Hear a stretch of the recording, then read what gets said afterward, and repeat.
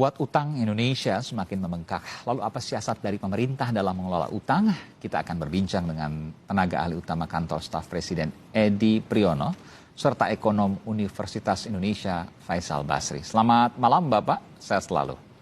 Selamat malam. Iya, saya ke Bung Edi dulu. Bung Edi, saya mengutip pernyataan Pak JK bahwa Presiden Indonesia siapapun nanti selepas 2024 harus tahan banting karena harus membayar bunga utang saja, kalau dihitung 6%, 400 triliun rupiah. Aman? Ya, tadi kan sudah disampaikan oleh Bu Sri Mulyani, ya kan sekian triliun, sekian ribu itu kan nggak harus dibayar sekaligus ya. Ada cicilannya dan sebagainya. Jadi kalau menurut penjelasan Bu Menkyu ya masih dalam level yang manageable. Masih manageable. Saya ke Prof. Faisal Basri. Pak Faisal Basri, Anda juga punya pendapat yang sama bahwa utang masih di bawah 60% PDB, tentu masih aman, manageable? Jepang itu 250%, ya. Singapura di atas 100%. Ya, jadi dilihat dari segitu Indonesia rendah sekali dan itu yang selalu menjadi alasan pemerintah. Okay. Namun tengok bebannya, bayar bunganya Jepang itu cuma 9% dari belanja mereka. Singapura tidak sampai 1% dari belanja mereka untuk bayar bunga pinjaman. Indonesia 20%. Kenapa bisa lebih besar sendiri Indonesia?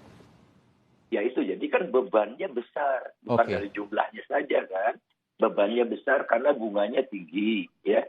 Bunganya tinggi, kemudian yang mengkhawatirkan kita itu utang ini tidak mendongkrak pertumbuhan ekonomi kan untuk meningkatkan pertumbuhan ekonomi kan. Pertumbuhan ekonomi melambat terus sebelum ada COVID sekalipun ya melambat terus. Bung Bima tuh betul mengatakan utang itu meningkat bukan hanya setelah pandemi, sebelum pandemi pun sudah melonjak.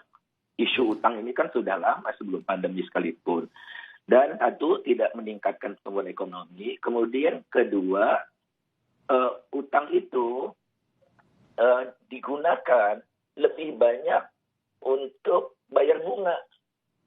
Untuk bayar bunga.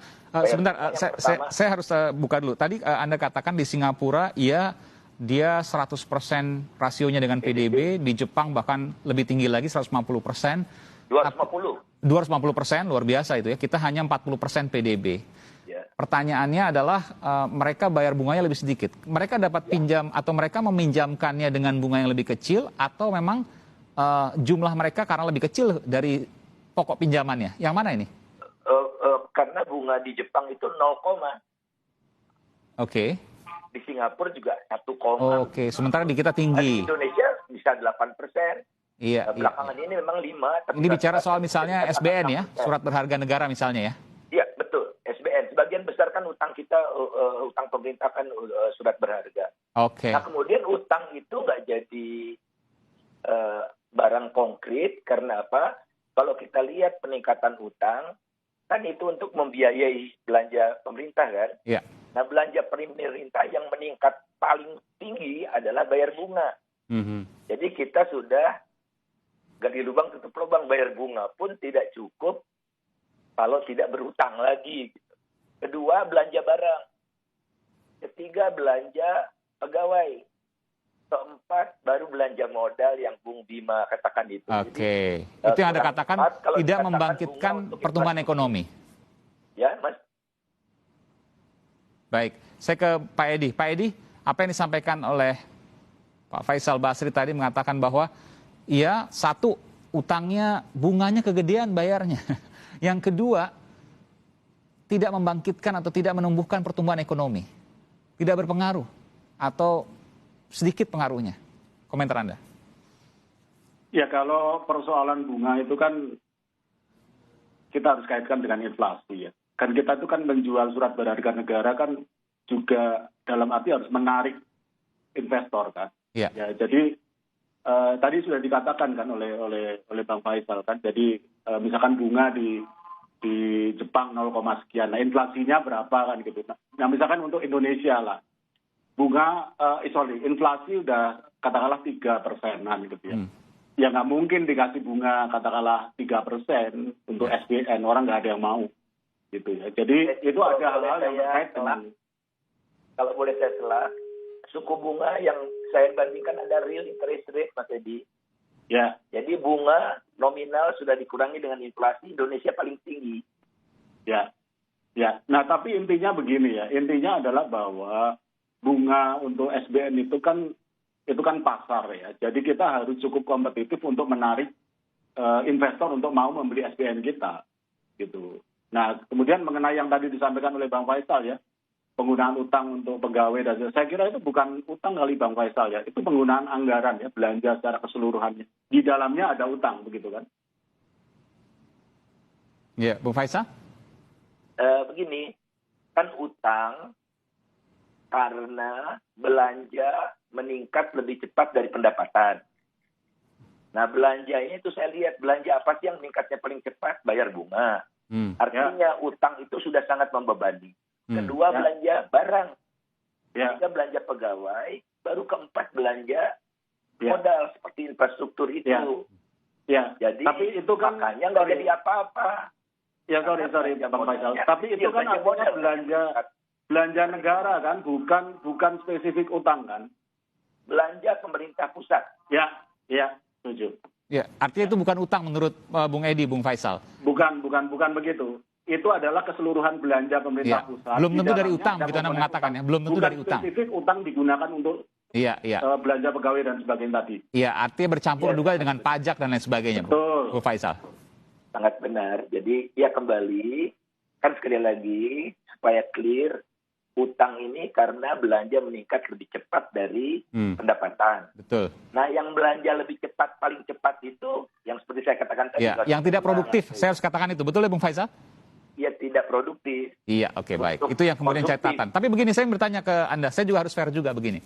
Di tengah pemulihan ekonomi 2 tahun kita kena COVID, ya meskipun tadi Anda katakan ya sebelum COVID juga ada permasalahan. Tapi kita bicara soal sekarang. Komoditas juga mahal di luar, kedelai, minyak goreng, BBM, dan lain sebagainya. Adakah cara lain selain berutang? Ada. Privatisasi BUMN, tapi tidak akan dilakukan kan. Kemudian kedua, yang kita prihatin kan, peningkatan pendapatan pemerintah itu lambat sekali. Bukan di era pandemi saja, tapi sudah 8 tahun berturut-turut tax ratio itu turun. Jadi upaya pemerintah untuk membelanjakan untuk belanja pembangunan untuk belanja untuk pembangunan itu tidak diiringi oleh kemampuan pemerintah meningkatkan pembiayaannya. Bukankah tahun ini misalnya pendapatan pajak melebihi ekspektasi, melebihi target? Tax ratio, Mas. Oke. Tax ratio. Tetap rendah, jadi, betul. Tax ratio tetap rendah dan terendah sepanjang sejarah dan hanya 1 digit. Dan Indonesia tax ratio-nya nomor 127 dari 140 negara. Jadi yang itu aja dikejar gitu, kurang lebih lah begitu ya? Iya.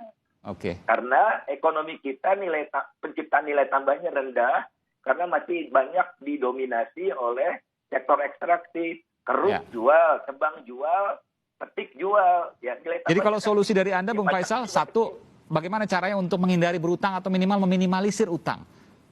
Utang itu tidak perlu Betul. Utang itu mekanisme fiskal, Mas. Ya. Jadi utang itu akan naik kalau pertumbuhan ekonomi mengalami perlambatan sehingga penerimaan pemerintah turun. Nah, nanti kalau ekonomi membagus, saatnya kita bayar utang. Walaupun kita tidak perlu utang, kita berutang juga, tapi dengan bunga yang rendah untuk menutup bunga yang mahal sebelum-sebelumnya. Jadi reprofiling. Oke, kita sepakat begitu. Tapi bagaimana caranya di tengah kondisi sulit saat ini supaya untuk menutupi belanja dan lain sebagainya kita meminimalisir utang? Caranya seperti apa? Mengurangi peningkatan utang. Ya. Kalau mengurangi utang, ya nggak bisa. Oh iya, mengurangi peningkatan utang gitu ya. Pertumbuhan utangnya dikurangi gitu ya. Kurang lebih. Perlambatan pertumbuhan utang gitu ya. Gimana caranya itu? Ya, pajaknya dinaikkan. Contohnya nih, yang saya berulang kali berbusa-busa nih ya, batu bara, itu windfall-nya kan luar biasa. Ingat, bumi, air, dan kekayaan alam yang tergandung di dalamnya dikuasai oleh negara bagi sebesar-besarnya kemakmuran rakyat. Nah, kalau CPO dikenakan pajak ekspor dan bea sawit, Batu bara